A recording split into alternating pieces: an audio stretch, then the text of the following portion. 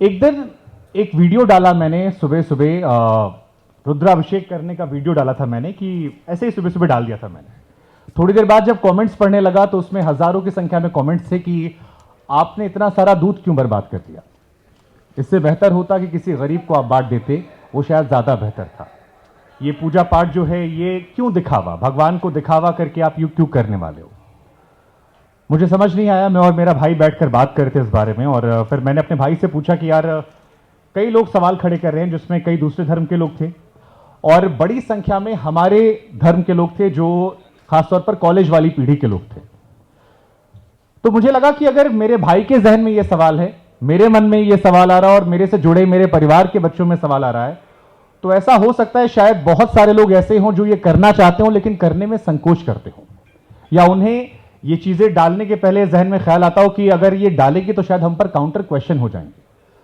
और जब आप एक सोशल मीडिया इन्फ्लुएंसर होते हो, या आप एक टीवी चैनल से जुड़े होते हो, या एक ऐसी शख्सियत होते हो जिसकी बातें चार लोग सुनते हैं, तो मुझे लगता है कि ये शायद आपकी जिम्मेदारियों को भी बढ़ा देता है। और उस दिन मैंने एक वीडियो बनाया जिसकी शुरुआत इस बात से थी कि बाकी धर्म के लोग सवाल उठाते हैं, ठीक है, लेकिन जो हमारे धर्म के लोग सवाल उठा रहे हैं, जिनके मन में शंका है, जिनके मन में सवाल है, जिनके माता पिता उन्हें कहते हैं लेकिन वो उनसे कहते हैं कि आप पुरानी पीढ़ी के लोग हैं, उन्हें हमने जवाब दिया। और मेरा यह मानना है कि आप अपने धर्म की बात, अपनी बात को मजबूती से रख सकते हैं बिना किसी और को नीचा दिखाए। और उसका असर यह हुआ कि मैं अभी सोमनाथ मंदिर गया था, वहां के जो मुख्य पुजारी थे उन्होंने मुझे जिक्र किया, आपका वही वीडियो हमने देखा था दूध चढ़ाते हुए। मुझे उज्जैन जब पिछली बार महाकाल कॉरिडोर कवर करने आया तो वहां लोग मिले और उन्होंने भी यही बात कही, और देश भर में करोड़ों की संख्या में लोगों ने उस वीडियो को देखा, और उससे मेरे जीवन पर एक बड़ा सकारात्मक प्रभाव आया कि अब एक जिम्मेदारी बढ़ी है कि अपनी बातों को मजबूती से रखा जाए। उसके बाद हमने क्योंकि टॉपिक सोशल मीडिया का है, हमने शुरुआत की कि जहां पर हम जाते, क्योंकि हमारे हिंदू धर्म में एक बड़ी खास बात मुझे हमेशा लगती है कि हमारे भगवान जो हैं वो ऐसी जगहों पर बसे हैं जो बड़ी दुर्गम जगह हैं। तो एक यूथ के लिहाज से आपकी घूमने की ट्रिप भी हो जाती है, और दूसरा आप अध्यात्म से भी जुड़ जाते हैं। और सोशल मीडिया के जो इंपैक्ट का टॉपिक हमने चुना है, एक छोटा सा उदाहरण दूंगा। अभी केदारनाथ में प्रधानमंत्री मोदी जी गए थे। केदारनाथ में आपको 6 घंटे का सफर करना पड़ता है ऊपर पहुंचने के लिए। बद्रीनाथ धाम तक गाड़ी जो है वो डायरेक्ट जाती है, लेकिन सोशल मीडिया, इंस्टाग्राम में रील्स का आना, प्रधानमंत्री नरेंद्र मोदी का बीते कुछ सालों में 6 से 7 बार वहां जाना और फिल्म के जरिए उसका प्रचार प्रसार होना। आज हालत यह है कि जिस वक्त हम वहां गए वहां -2, -3 डिग्री रात में थी, लेकिन वहां पर पैर रखने की जगह नहीं थी। तो सोशल मीडिया का इंपैक्ट बहुत सकारात्मक होता है अगर उसका इस्तेमाल जो है वो सही से किया जाए। और बीते कुछ सालों में कई उदाहरण मैंने देखे जो इस तरह से इंपैक्ट करते आए। जिस जगह से मैं आता हूं वो गोंडा डिस्ट्रिक्ट है, वहां पर एक छोटा सा स्थान है स्वामी नारायण छपिया। हो सकता है शायद आप में से बहुत सारे लोग नहीं जानते हों, लेकिन आप लोग ये जानते होंगे कि दिल्ली में अक्षरधाम मंदिर है जो बहुत बड़ा मंदिर है, गुजरात में अक्षरधाम मंदिर है जो बहुत बड़ा मंदिर है। हमने कोशिश की कि लोगों को यह बताया जाए कि जो स्वामीनारायण मंदिर है वो भगवान का जन्मस्थान हमारे जगह पर था। और सोशल मीडिया ऐसी चीजों में एक बहुत इंपॉर्टेंट रोल प्ले करता है। अब मुझे नहीं पता आप में से कितने लोगों ने देखा है, मैं दीव गया था घूमने के लिए। वहां पर एक मंदिर है गंगेश्वर महादेव मंदिर, 5 शिवलिंग है और समुद्र की लहरें आती हैं, भगवान को अभिषेक करती हैं, लौट जाती हैं। 2019 में मैं वहां गया और कोरोना काल में घूमने के लिए गया था, और मैंने एक वीडियो डाला और सोशल मीडिया में लोगों ने उसको हाथों हाथ लिया। बीते कुछ सालों से मैं और सर लगातार चर्चा कर रहे थे। मैंने हजारों लोगों को देखा है जो सोमनाथ जाते हैं तो वहां से थोड़ा आगे बढ़कर दीव भी जाते हैं और वहां जाकर पूछते हैं कि गंगेश्वर महादेव मंदिर कहां पर है। तो सोशल मीडिया का अगर इस्तेमाल सही तरीके से किया जाए और उसको लोगों को बताने के लिए किया जाए, जैसे कल की एक खबर आई थी मुगल गार्डन, आज हम चर्चा कर रहे थे, मुगल गार्डन को लेकर हाय तौबा मची हुई है कि मुगल गार्डन जो है वो मुसलमानों के खिलाफ किया जा रहा है, क्या और भी चीजें बदली जाएंगी। लेकिन शायद ज्यादातर लोग ये नहीं जानते होंगे कि मुगल गार्डन का सीधे तौर पर रिश्ता मुसलमानों से नहीं है। मुगल गार्डन जो बनाया था वो अंग्रेजों ने बनाया था, और बनाया क्यों था? क्योंकि कोलकाता से राजधानी दिल्ली शिफ्ट हो रही थी, लुटियंस को जिम्मेदारी दी गई थी दिल्ली को सजाने की, और उन्होंने दुनिया भर के बाग का निरीक्षण किया, जिसके बाद एक बाग बनाया गया जिसमें भारतीय सभ्यता और मुगलों की संस्कृति को एक साथ दर्शाया गया था। तो ऐसी बहुत सारी बातें हैं जिनको सोशल मीडिया के जरिए हमें लगा कि अगर आप डे टू डे लाइफ में पहुंचाते हैं, तो चाहे वो धर्म की हो, चाहे वो आपकी रोज जानकारी से हो, वो लोगों में जागरूकता भी पैदा करती हैं और खास तौर पर जो नई पीढ़ी, क्योंकि बार बार हम कहते हैं भारत युवाओं का देश है, युवाओं को धर्म के प्रति, संस्कृति के प्रति आकर्षित करती हैं। और यहां मंच पर बैठे आप जैसे लोग जो हैं, जब इन चीजों को और बढ़ावा देते हैं तो मुझे लगता है कि धर्म की बातें जो हैं व्यापक स्तर पर बैठती हैं, पहुंचती हैं और इसमें किसी को आप नीचा भी नहीं दिखाते हैं। तो मेरी कोशिश बस इतनी थी कि जो भी थोड़ा बहुत आंशिक योग जो है मेरा है, अपने नौकरी के साथ साथ, अपने काम के साथ मैं अपने धर्म के प्रति, अपने परंपराओं के प्रति, संस्कृति के प्रति दे सकूं, वो मेरी कोशिश है। बाकी आप सबका सहयोग रहा तो ये जो सिलसिला है ये आगे यूं ही बढ़ता रहेगा। धन्यवाद। जो शख्स इतनी खूबी से धर्म की बात को आप सबके समक्ष रख रहे थे, वो खाली यही नहीं रख रहे थे, वो एक चैनल में काम करने के बावजूद अपनी जिन बाउंड्रीज़ के अंदर रह के भी अपने इंस्टाग्राम और फेसबुक पेज पे डालते हैं, ये काबिल तारीफ़ है। शुभांकर जी के लिए एक बार ज़ोरदार ताली बनती है। और अब वो शख्स जो फैक्ट मैन है हमारे देश का, जो सच लिखता है, उस सच की आवाज़ कैसी होगी, आइए उसको बुलाते हैं, अंशुल सक्सेना।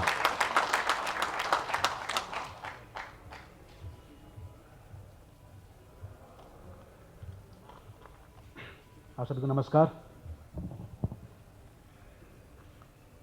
मैं कल से मैं यहाँ पर काफ़ी सारे लोगों से मिला और काफ़ी कुछ सीखने को मिला। तो आज जिस विषय पे मैं यहाँ पे आया हूँ उसका टॉपिक है कि reclamation of Hindu traditions and symbols, social media as a facilitator, कि सोशल मीडिया से किस तरह से हम चीज़ें कर सकते हैं। तो मैं आपको जो हम बात कर रहे हैं हिंदू ट्रेडिशंस और सिंबल्स की, तो जब भी हमारे माइंड में हिंदू सिंबल की बात आती है तो सबसे पहले हम सोचते हैं स्वास्तिका के बारे में। स्वास्तिका आप सभी को पता है कि वो एक symbol of sun, prosperity and good fortune माना जाता है।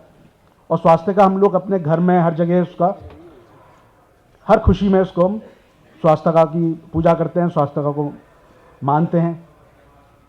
लेकिन एक ग्लोबल नेटवर्क ने स्वास्तिका को नाजी सिंबल कहना स्टार्ट कर दिया।